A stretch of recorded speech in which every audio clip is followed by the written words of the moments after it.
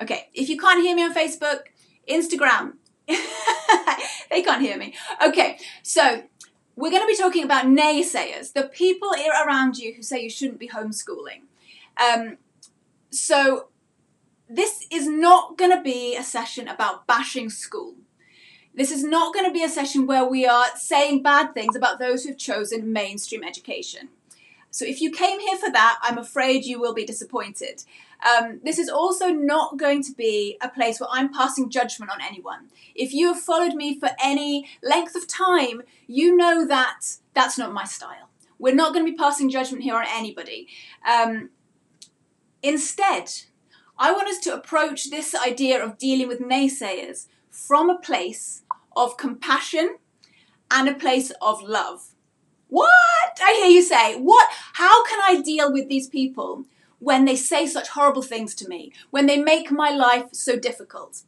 I know, but it's my firm belief, and I think most of you will agree with me, that if you want to be treated with respect, if you wanted to be treated with any kind of kindness and understanding, then you have to put that out into the world as well. So if you came here looking for drama today, you're not going to get it, but what you might leave with is a deeper insight and perhaps a little bit of wisdom that is going to help you deal with the naysayers in your life in a way that aligns with your values. Right. Okay, good. Alhamdulillah, everything seems to be better now on Facebook, so let's get on. So, let's paint you a picture, and some of you will be very familiar with this situation. You're at a family meal.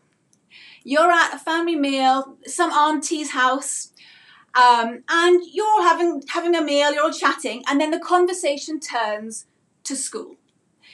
And they're all chatting about that, and then somebody, well-meaning, turns to you and says, "Oh, Muhammad will be starting school soon, won't he? Is he excited?" And you reply, "Well, actually, we're going to homeschool him." You can imagine that situation, if it's not already happened to you. The silence that follows, the tension, cutlery is dropped on plates. It's awkward. And then that person who's well-meaning enough says some platitude and the conversation ends there. But then that auntie, we all have that auntie who likes to stir a bit of trouble, or she likes to voice her opinion on whatever it may be. She's always got a bit of gossip. That auntie says something to you like this: "Oh, Gemma, you're so good. I wish I could have homeschooled, but I just care too much about my children's future. You know, I really wanted my kids to go to good universities and to become doctors and engineers. But I wish I could have been like you and not cared about all that stuff." You know that auntie. We've all got that one. That passive-aggressive one who says stuff like that. She's implying, by saying all of that you are in some way jeopardizing the future of your children by homeschooling. And she's saying it loud and clear. You hear it, everybody else hears it, but she says it in that way that makes it acceptable at the dinner table. So how are you going to react to that? How do you react? Is that to you a declaration of war? She wants to start a fight? Right. Out come the weapons. You're ready to fight. Do you take up that fight and give it back to her? Or, which was the case for me, do you shrink in your seat? Do you feel embarrassed? Do you feel ashamed? Do you start to think, "Oh, what if she's right?" Do you start to doubt yourself? Do you get confused? And for the rest of the evening, you hardly speak, and it's ruined your evening. And for the rest of the week, perhaps, you're mulling over what she said. Am I ruining the future of my children by homeschooling? Now, the truth is that neither situation is right. Neither reaction is right. Neither fighting back nor shrinking into your seat. Neither is right, because both will leave you with this nasty, bitter taste of shame in your mouth. If You cut that woman down if you fight back with articulate arguments, with statistics and facts about homeschooling, with sarcasm, whatever your weapon of choice might be. Will you change her mind? No, you will not change her mind. Will you feel good about yourself? Well, maybe you will feel good in the moment. But I tell you what, on the way back home, you will be ashamed of yourself. You will feel like you embarrassed yourself in front of everybody. You will feel ashamed and embarrassed, and you will wish you had kept your mouth shut. The other alternative is to say nothing, but let her words cut you up inside, right? Well, that's not the right way to go about it either. So what do you do? What do you do when someone like that insults you and says bad things about your choice to homeschool? You look at her with the eyes of compassion. And I know that's not a popular thing, but hear me out. Imagine for a minute that you were in her shoes. Imagine instead of being a young homeschooling mother, you were that auntie, okay? Imagine that you had, for the past 14, 16 years, dropped your kids off at school every single day. Every single school year, they've been at school. And imagine that you had watched them when they were 4 years old, crying every morning on their way to school in the car. But you told yourself that it's for their own good. They need to go to school. Imagine that your daughter had come to you and she told you she was being bullied. And despite that, you took her to school because you told yourself that she needs to learn to stand up for herself. She'll be fine. She'll be okay. Imagine that you had sent your children to school because you wanted to go back to work. You wanted to have a career. You told yourself that you've got an education, you have to work, you have to have a career, and you never questioned it, okay? And now imagine that a young mum comes to you who's 10, 20 years younger than you and tells you that she's not going to do any of that. She tells you that she thinks she's got a better way, or at least she's brave enough to try another way. How would you feel? How would you feel in her shoes?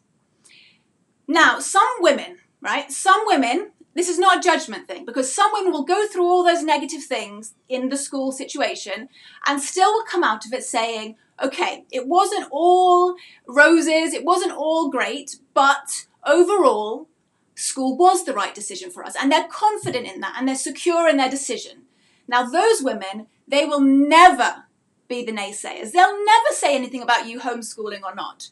They're not bothered. They are secure in their decision. But it's the women who are not sure they make the right decision. The women who inside do feel insecure.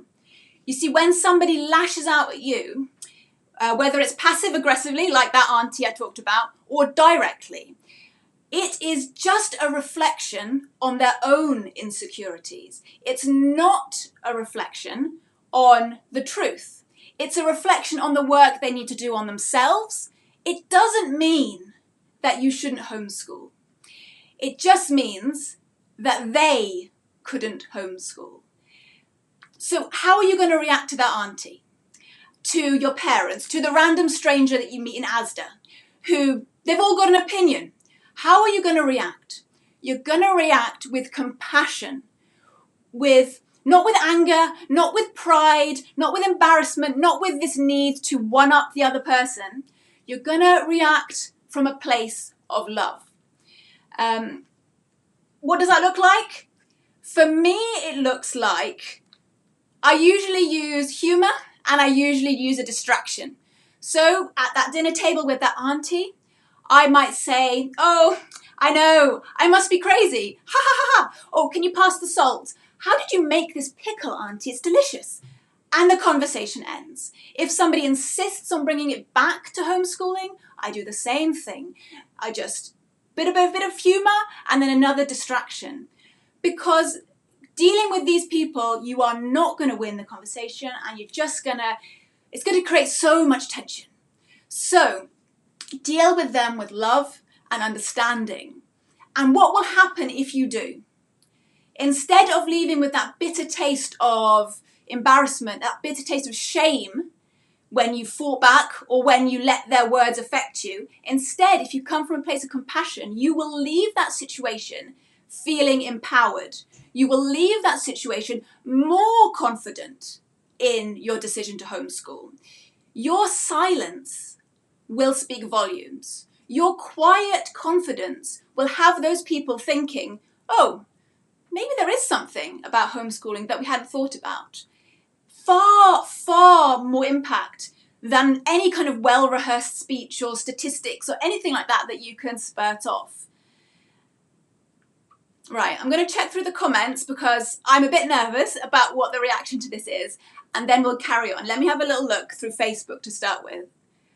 Welcome Salam, Saima, Sadia, Alhamdulillah, Jade, you're here. Okay, I'm glad everything seems to be okay on Facebook.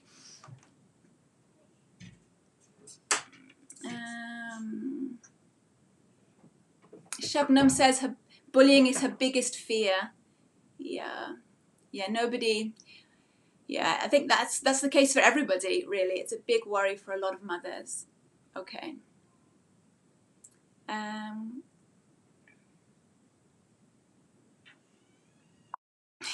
Yeah, Ustad Hamza is saying, when you ask your children after school, what did they learn? 98% of school kids say they don't know. Yeah, I mean, to be honest, I'm not sure my boys are any better, but maybe. Okay, so how do you know, right? So this is a very general point. So how do you know, though, which naysayers to listen to? Because you can't dismiss everybody. What about those people who genuinely care about you, who are genuinely worried and want the best thing for you and for your children? How do you know them from the troublemakers, from the people who have their own healing and their own issues to deal with? How do you differentiate the two? So you test them. What I mean by that is you have to test if they're willing to grow and learn themselves. So when somebody comes to you and says, you know, Gemma, I'm not sure that this is the right decision, what you do is you offer them the opportunity to learn more. You give them a book. You send them a link to a website.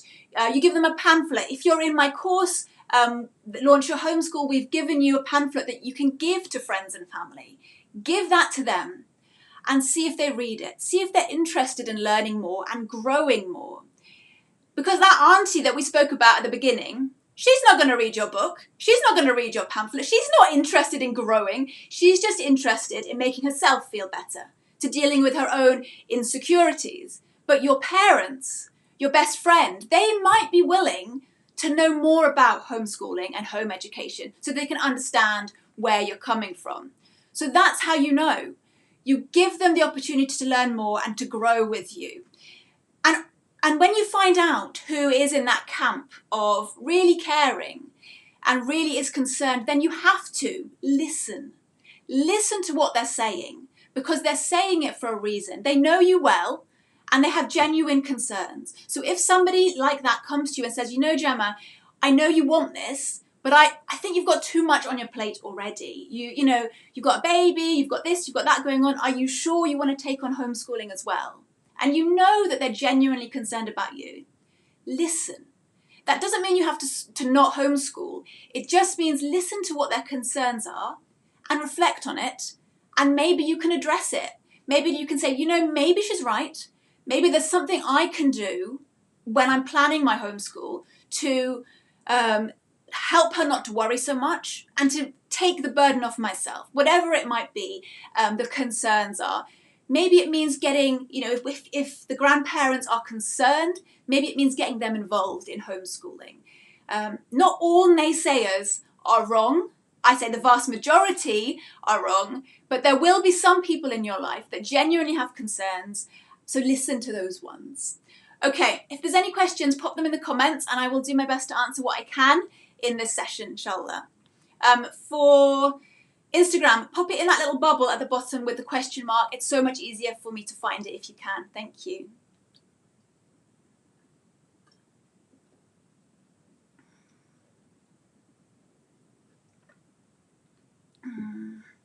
Okay.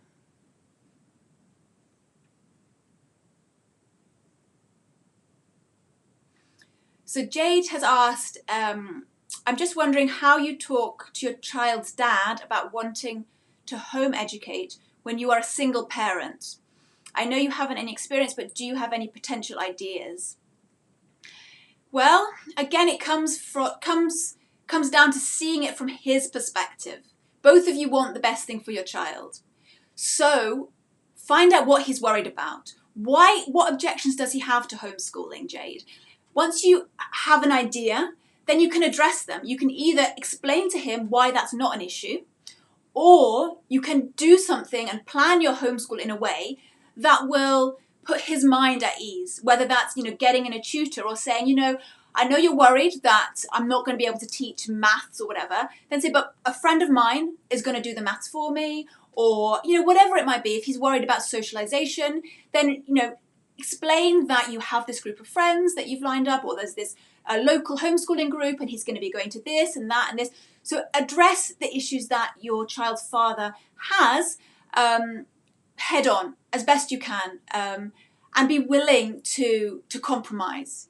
Once he sees that you are compromising, he might also be willing to as well, inshallah. Okay, let's have a look on Instagram.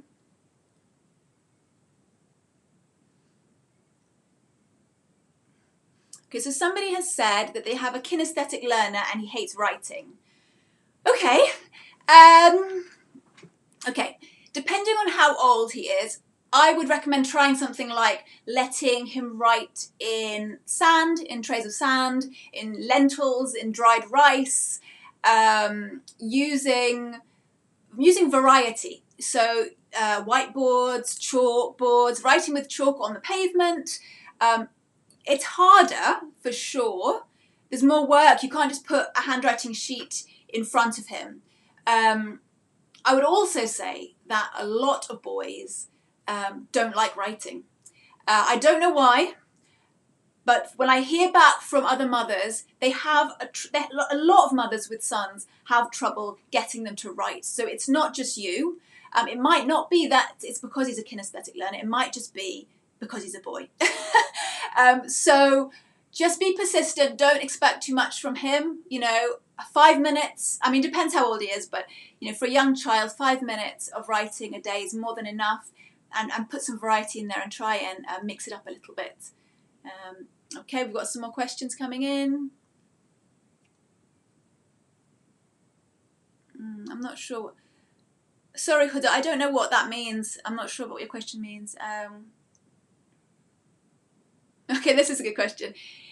So Khadija asks, is it humanly possible? I like how this is starting. Is it humanly possible to homeschool my 8-year-old while having 2 under 3 and working part-time? Yes.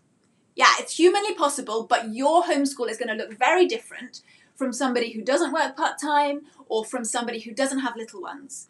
So when you're planning your homeschool, Khadija, do not try and model it on somebody with just older kids or who's not working.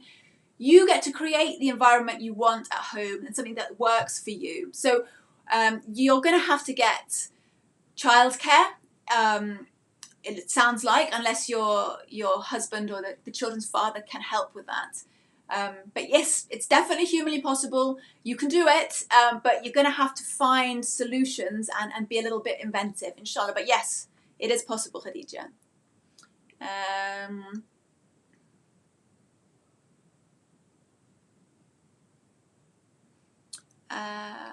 Okay, this is a great question. Okay, so Clumsy Mumsy, great handle, by the way. I love it. Right, Clumsy Mumsy said, how will I know that I can homeschool? I keep going back and forth. This pandemic is scaring me. So how will you know if you can homeschool? You're thinking about it. Sounds like a good idea, but how do you know if you can hack it? You will not know until you try. That's the truth. Okay, you can read all the books, you can watch all the videos and listen to all the podcasts.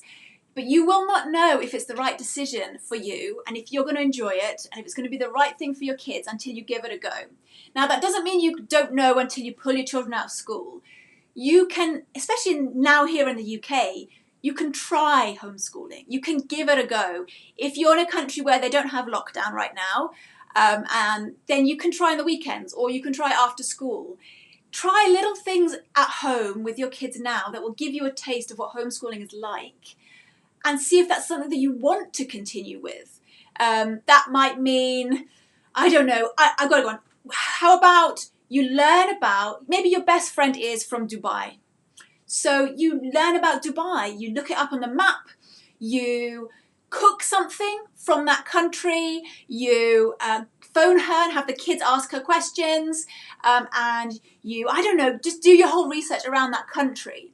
Now that is something very typical of homeschooling, where you take one idea and you go with it and see where it takes you. See if you enjoy that kind of thing. If you've never sat with your children and done workbooks, done maths with them, taught them anything, then now's the opportunity to give it a go and try. And if you don't like it, then you know your answer. Then you know that the best thing is for them to go to school, because homeschooling is a massive commitment from you, and it's a commitment from their dad, whether or not he's homeschooling or not. There is a level of responsibility that he takes. So for both of you, it's a big responsibility. And if you don't enjoy it, you won't be able to sustain it. So really think about that and give everything a go. Give it a shot. And see how that goes. You won't know until you try, clumsy mumsy. Okay. Shabnam has asked, when's your next course starting? So Launch Your Homeschool will be reopening in the summer, inshallah. So after Ramadan, I'm not sure exactly when, probably July, Shabnam. Inshallah, we'll be reopening Launch Your Homeschool in July, inshallah. But if you're following me here on Instagram or Facebook, I will let you know closer to the time. Okay, I think we're good for all those questions.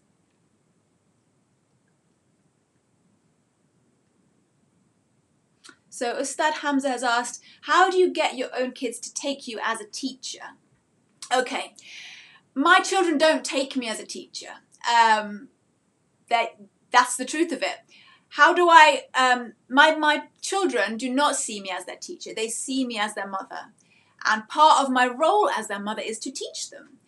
Being a teacher has a very different connotation and very different reaction to children. Children react very differently to teachers than they do to their mothers. We all know that. They do things at home that they would never do in front of their teacher. And that's the same in my home. But I am not their teacher because I am learning alongside them. Does that make sense? So when I'm excited, when I'm enthusiastic, they are as well. It's contagious. How do I get them to do what I hope they will do? Usually through routines. Usually through this expectation. They've been homeschooled right from the beginning. So they have an expectation. They know the way the day runs. They know when it's time to do their lessons and when it's time to mess about and have fun. So routines have played a big part in our homeschool in getting things done every day. Okay, I think we're done all for the questions. Oh no, we got more. Okay, last question. Okay, do you ever quit following a curriculum? Thank you for your answer. Do I ever quit a curriculum? Yes. Yes, I do quit a curriculum. If the curriculum is not working, if I don't like it, if I think it's pointless and they're making my children do busy work and they're not learning, then I will happily quit it. My time, my children's time is precious. There is so much in the world to learn. I am not going to waste their time on resources that do not work or that are just busy work to keep them looking like they're learning, but they're not actually learning. It takes a little bit of confidence to get to that point where you're like, you know what, this doesn't work. I'm just going to quit here and try something else. But I think that if you are trying something and you just don't think it's working for you, it's okay to quit. Obviously, don't get into the habit of quitting everything. You need to give your books and your curriculum a chance. Sometimes you don't see the fruit of your labour until perhaps a few months down the line. But yes, trust your own intuition. You know if something's working or something's not working. And if you do have secondhand curriculum, Facebook groups are a great place to sell them on, so you don't lose all of your investment and you can have a bit of money to buy something new. Okay, I think we will leave it there for now. How do we get rid of this? There we go. Okay, so before I wrap up, don't forget that discount on Mirage stories. If you go to ourmuslimhomeschool.com/Mirage, you'll get 25% off. You get a 7-day free trial, and it's a great Islamic app for children aged 4 to 9. I highly recommend it, so go check that out. Thank you so much, everybody who joined me live. I will see you again next Sunday at about this time for another session, for another episode of Raising Mums. Thank you so much, everybody. Assalamu alaikum.